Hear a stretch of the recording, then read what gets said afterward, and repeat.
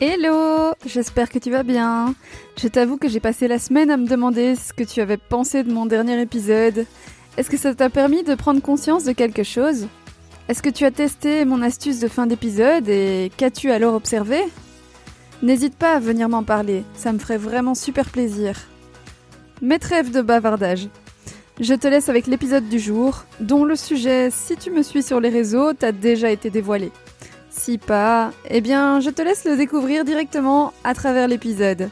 Bonne écoute et à tout à l'heure.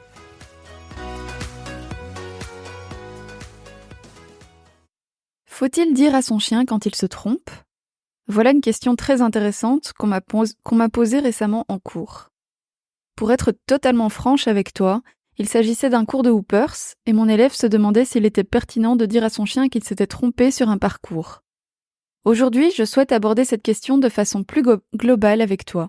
Est-ce qu'il faut, ou pas, faire savoir à mon chien qu'il se trompe lorsque je lui fais une demande et qu'il ne fait pas ce à quoi je m'attendais?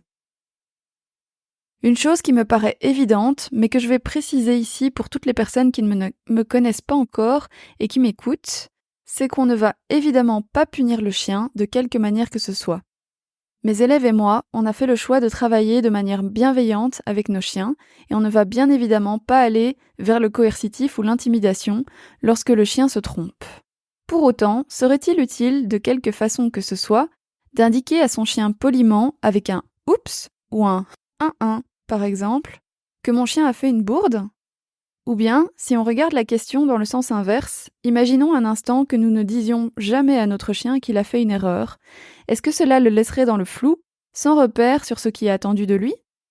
Certains défenseurs de l'éducation positive diront que la correction verbale n'est pas nécessaire, car elle pourrait engendrer du stress chez le chien et compromettre la relation de confiance.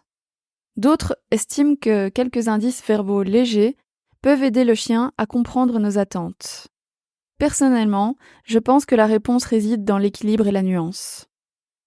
Le principal danger est que l'erreur peut arriver facilement pour nous aussi et que le risque de voir se détériorer la relation de confiance est effectivement présent. Chez les personnes qui utilisent un mot tel que 1-1 ou oups, j'observe malheureusement régulièrement qu'il est utilisé un peu vite, alors qu'avec mes yeux d'éducateur canin, je vois que le chien n'était pas en mesure d'exécuter la demande telle que voulue par son humain. Par exemple parce qu'il est trop stimulé par l'environnement actuel, chose qui arrive très vite dans un lieu plein d'odeurs et de chiens par exemple. Tu penses que j'exagère un peu? C'est possible. Mais n'oublie pas que l'odorat est le sens le plus développé pour le chien. Lorsque l'un de tes sens, le plus développé qui plus est submergé d'informations, les autres deviennent bien moins efficaces. Si le cerveau de ton chien est en train de traiter l'information olfactive par laquelle il est attiré au moment où tu lui parles, il se peut qu'il ne soit pas en mesure, physiquement, de traiter l'information auditive que tu lui as envoyée. Cela soulève la question de savoir si le chien est réellement dans l'erreur, entre guillemets, ou s'il réagit simplement à des stimuli extérieurs difficiles à ignorer. Dans ce cas, le chien ne comprendrait pas non plus pourquoi son humain lui désigne une erreur. Et là, à force de répétition, on pourrait vraiment voir la relation se détériorer, ou le chien perdre en confiance, en lui et ou en son humain. Du coup, la question pour moi devient, est-ce que ça vaut le coup de prendre le risque? En plus, si on veut indiquer à son chien qu'il s'est trompé, on va devoir le faire directement au moment où il a fait l'action non attendue. Ce qui ne nous laisse pas beaucoup de temps pour évaluer avec minutie s'il a réellement fait une erreur qui mérite de lui être indiquée ou pas. Ce qui augmente la probabilité de faire une erreur nous-mêmes encore une fois. Et pourtant, personnellement, il peut m'arriver d'utiliser une correction verbale de ce type avec mes chiens. Par exemple, tout à l'heure en balade, j'ai demandé un stop à ma chienne. Elle l'a fait parfaitement, mais au moment où j'allais la dépasser, elle a commencé à quitter sa position alors que je ne l'avais pas libérée explicitement.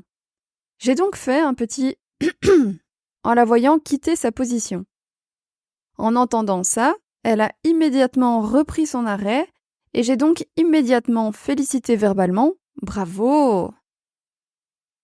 Mais as-tu remarqué un élément important dans mon exemple qui fait que je n'ai rien à craindre au niveau de la relation avec ma chienne? Eh oui, 1 seconde après lui avoir fait remarquer son erreur, J'étais déjà en train de la féliciter pour avoir repris le comportement que j'attendais. Il était clair pour elle qu'elle devait s'arrêter, et donc le côté potentiellement anxiogène du a été annulé par les félicitations qui ont suivi l'instant d'après. En vrai, je m'attendais à son erreur. Ma chienne a bien appris qu'elle ne devait pas quitter la position dans ce cas de figure. Elle a simplement eu un petit oubli car cela faisait trop longtemps que je me contentais d'un « attends », signal duquel elle peut se libérer elle-même quand je la dépasse.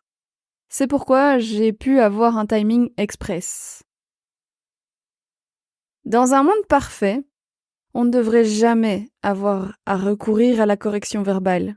On devrait plutôt anticiper les erreurs et travailler en amont. Pour reprendre mon exemple, j'aurais dû, et j'aurais pu, pour être totalement et parfaitement en positif, la récompenser au moment où je la dépassais, avant qu'elle ne tombe en erreur. Seulement, nous ne sommes pas dans un monde parfait, et je ne suis pas parfaite, et je ne prétends pas l'être.